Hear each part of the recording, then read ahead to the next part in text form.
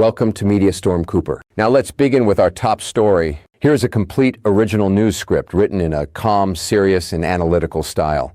It delivers the same core message as a professional report on the headline, Iran conflict, peace negotiations reach critical stage, while expanding it into a full-length narrative suitable for YouTube.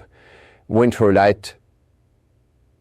The wording is entirely fresh, with natural flow and clear language. Iran conflict, peace negotiations reach critical stage. Good evening. Tensions in the Middle East have entered a delicate new phase. Efforts to bring an end to the ongoing conflict involving Iran, the United States, and Israel now stand at what many are calling a critical moment. Diplomats from several countries are working behind the scenes, but the path forward remains uncertain, and the stakes could not be higher. The war, which has stretched on for several weeks, has already caused significant damage across the region. Strikes have hit military sites, energy facilities, and key infrastructure. Shipping through vital waterways has faced serious disruption. Millions of people have felt the impact, from rising oil prices to fears of a wider regional crisis. Now, as both sides weigh military options against the possibility of a deal, the focus has shifted sharply toward negotiation. At the center of these talks is a push for some form of ceasefire. Mediators, including officials from Pakistan, have described the current stage as highly sensitive.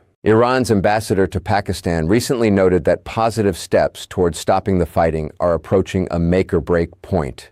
He spoke of productive efforts carried out in good faith, though he offered few specific details. President Donald Trump has set clear deadlines in recent days. He has warned that if certain conditions are not met soon, the United States could take strong action against Iranian power plants, oil installations, and other targets. At the same time, Trump has pointed to what he sees as real progress in the discussions. He has described the exchanges as moving forward and suggested that a resolution might still be possible if the right terms are reached. One key issue involves the Strait of Hormuz. This narrow waterway carries a large share of the world's oil supply. Iran's actions in the area have raised concerns about global energy markets. The United States has pressed for the strait to be reopened fully to normal traffic. Iranian officials have pushed back, linking any steps on the waterway to broader guarantees about the end of hostilities.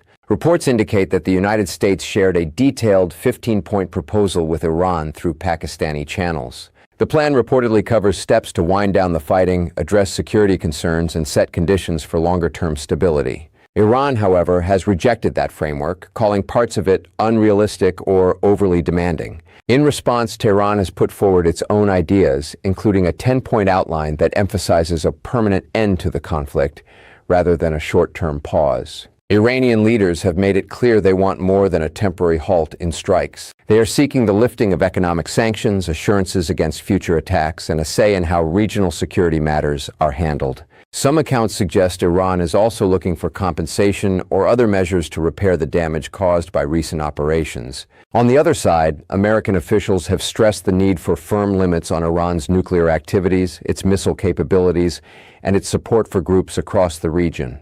These demands reflect long-standing worries that Iran could move closer to developing nuclear weapons. Past attempts to revive the 2015 nuclear agreement, known as the JCPOA, broke down, leaving deep distrust on both sides.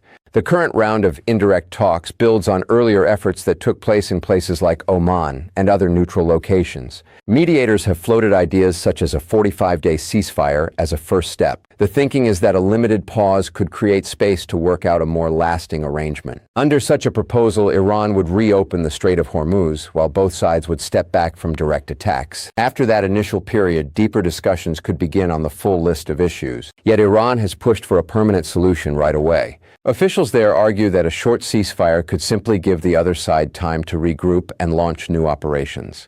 They insist that any agreement must address the root causes of the conflict and provide real security for their country. Pakistan has played a notable role in these exchanges. Its officials have helped carry messages between Washington and Tehran. The country's leadership has expressed willingness to host direct or indirect meetings. Other nations, including Egypt and Turkey, have also offered support for mediation. Even so, progress has been slow, and at times the talks have appeared close to stalling.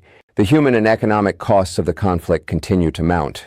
Strikes have affected cities and energy sites inside Iran. Retaliatory actions have reached neighboring countries and international shipping. Oil prices have climbed, adding pressure to economies already dealing with uncertainty. Families across the region worry about what comes next if the fighting spreads further. Inside Iran, the situation carries extra layers of complexity. The country has faced internal challenges in recent years, including protests and economic strain from years of sanctions. The leadership in Tehran must balance its desire to protect national interests with the heavy burden that continued conflict places on its people. For the United States and its partners, the goal remains preventing Iran from gaining nuclear weapons while also calming the wider Middle East. Israel has conducted its own operations aimed at weakening Iran's military reach and nuclear-related sites. These actions have added to the intensity of the current standoff. As the deadline set by President Trump draws near, the coming hours and days will be closely watched. Will the two sides find enough common ground to step back from the edge? Or will the threats of further strikes become reality? Diplomats say the window for diplomacy is narrowing, but it has not closed completely. Analysts point out that both Iran and the United States have reasons to seek an off-ramp. Continued fighting brings high costs in lives, resources, and international standing. A successful agreement could open the door to reduced sanctions, safer shipping lanes, and greater stability across the Persian Gulf. Yet deep mistrust, competing red lines, and domestic political pressures make any compromise difficult. One possible path involves a two-stage approach. The first stage would focus on an immediate halt to attacks and the reopening of the Strait of Hormuz. The second stage would tackle the bigger questions around Iran's nuclear program, missile development, and regional influence. Mediators are trying to build confidence through confidential channels so that neither side feels forced into a public retreat. Iran has signaled some flexibility in the past on uranium enrichment levels, but it continues to insist on its right to peaceful nuclear technology under international oversight.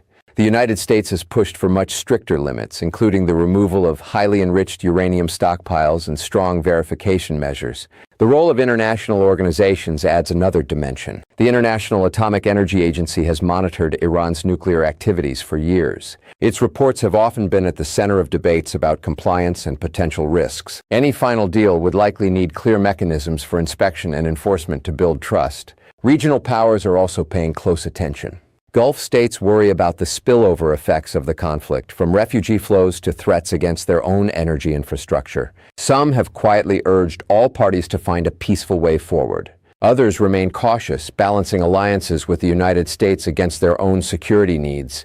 Public statements from leaders on all sides have mixed hopeful notes with firm warnings. Trump has spoken at times of great progress while also reminding Iran of the serious consequences if talks fail. Iranian officials have rejected what they see as unfair ultimatums, but have left the door open to continued contact through mediators. As this critical stage unfolds, the world is left hoping that cool heads will prevail. History shows that wars in the Middle East can escalate quickly, with consequences that reach far beyond the region. Global markets, energy supplies, and international security all hang in the balance. For now, the focus remains on quiet diplomacy. Envoys are exchanging ideas, testing proposals, and searching for areas where agreement might be possible.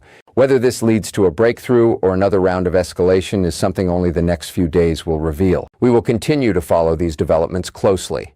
The situation is fluid, and new information could shift the picture at any moment. What is clear is that the choices made in these critical hours will shape the future of the Middle East and beyond. Thank you for watching. Stay informed, and we will bring you the latest as it becomes available.